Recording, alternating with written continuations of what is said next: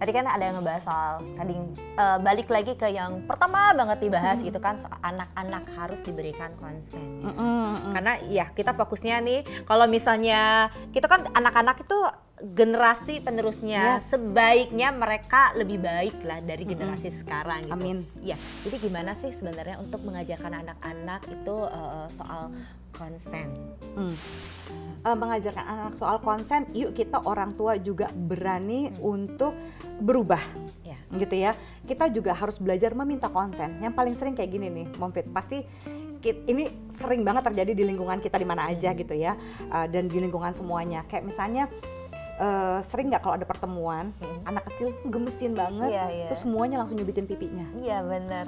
Itu adalah pelanggaran boundaries. Aku enggak begitu sih. Iya kan? Karena anak aku pasti jutek banget kalau begitu. Bagus, nggak Anak apa-apa. aku yang cewek tuh sangat, orang bilang tuh anak aku tuh jutek kan. Wah ini Saina gitu kan. Aku bilang ya dia, biarin aja daripada dipegang-pegang sembarangan. Kayak dia harus dia tuh merasa dia bukan badut.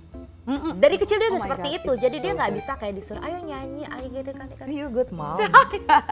Iya loh, bener memang loh. Begitu dari, memang begitu. Biarin dibilang judes sama orang apa segala macam, tapi berarti dia tahu boundariesnya, gitu ya. Dan kita yuk para orang tua gitu ya, para orang dewasa, kalau ngeliat anak kecil gemesin, please minta konsennya tuh anak, kayak termasuk kayak gitu. Ke anak sendiri, ke anak orang gitu, kita selalu tanya, aduh misalnya bunda kangen nih, tante kangen nih gitu ya, udah lama gak ketemu, boleh peluk nggak? Kalau dibilang enggak, ya udah. Iya, atau mau cium enggak kan, biasa suka gitu ya. Atau yang selalu suka kejamnya itu pada hari raya, udah itu kan temennya bunda, itu kan temennya ayah gitu, udah peluk aja, cium aja, nanti ayah nggak kasih kue, lontar bunda nggak kasih kue. Ya malah di bribe anaknya untuk membuat tubuhnya jadi demokrasi, untuk membuat tubuhnya jadi yang dia nggak nyaman ya. Kalau dia nggak nyaman sama tubuhnya, kita tetap ajarin sopan.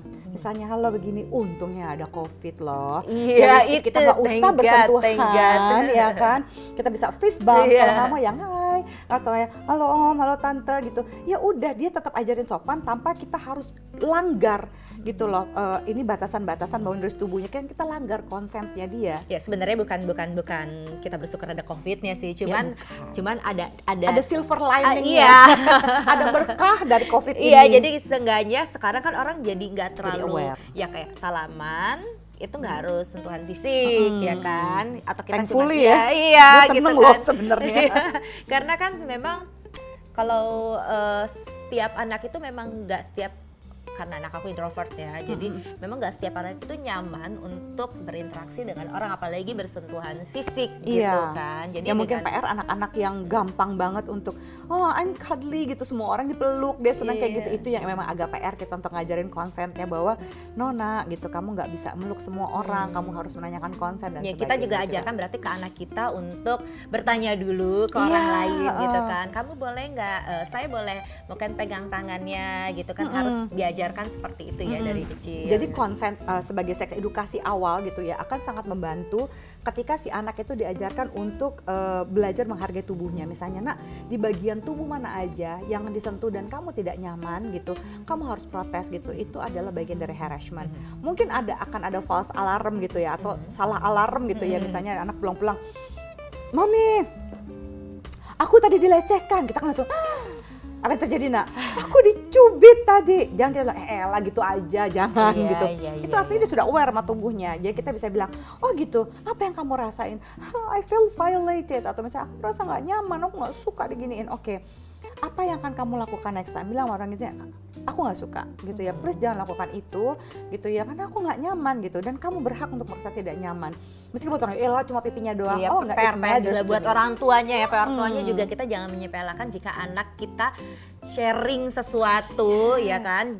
Harusnya mungkin bersyukur ya kalau anak kita mau terbuka ke orang tuanya, karena nggak semua anak itu juga bisa terbuka dengan orang tuanya. Nggak nyaman kan gitu ya, dia ngerasa apaan sih aku ngerasanya kayak begini gitu. Dan atau kadang-kadang ada anak yang ngerasa gue lebay nggak ya, iya kan, kesian. Oke, ini karena durasi. Aduh, terlalu seru ya, terlalu seru gitu kan. Oke, sebagai penutupan nih, ya mungkin Mbak Zaya bisa memberikan sepatah dua kata kepada Sobat Vidivisi di sini. Oke, jadi buat Sobat Vidivisi ya, pesan saya adalah yuk pahami boundaries kita, batasan kita. Kalau misalnya ini membuat kita tidak nyaman gitu ya, beritahu kepada orang jika ada ekspresi wajah mereka, bahasa tubuh mereka gitu ya, atau kata-kata mereka yang membuat kita tidak nyaman secara seksual gitu ya. Sampaikan secara asertif gitu ya, stand for your right without hurting others, bahwa maaf ya saya nggak nyaman. Kalau orang itu bilang bercanda, ya udah jangan bercanda kayak gitu lagi. Jadi jangan mau kalau perasaan kita disepelekan ya. Apa yang kamu rasakan, batasan kamu itu penting buat kamu. Mungkin batasan kamu nanti akan berubah, nggak apa-apa, tapi adalah sangat penting untuk membela apa yang menjadi hak kita. Gitu. Wah. Demikian Sobat PTVC ya, sepatah dua kata yang sangat bold dari Mbak Zoya. Terima kasih Mbak Zoya sudah memberikan sharing kepada kita semua. Jadi kita lebih paham lagi tentang konsen. Nanti kita ngobrol-ngobrol lagi ya. Sure. Oke Sobat PTVC, sekian dulu ya untuk tema konsen lagi. Nanti kita akan membicarakan tema yang lebih menarik lagi di next episode. Terima kasih Mbak Zoya. Sama-sama. Ya bye-bye.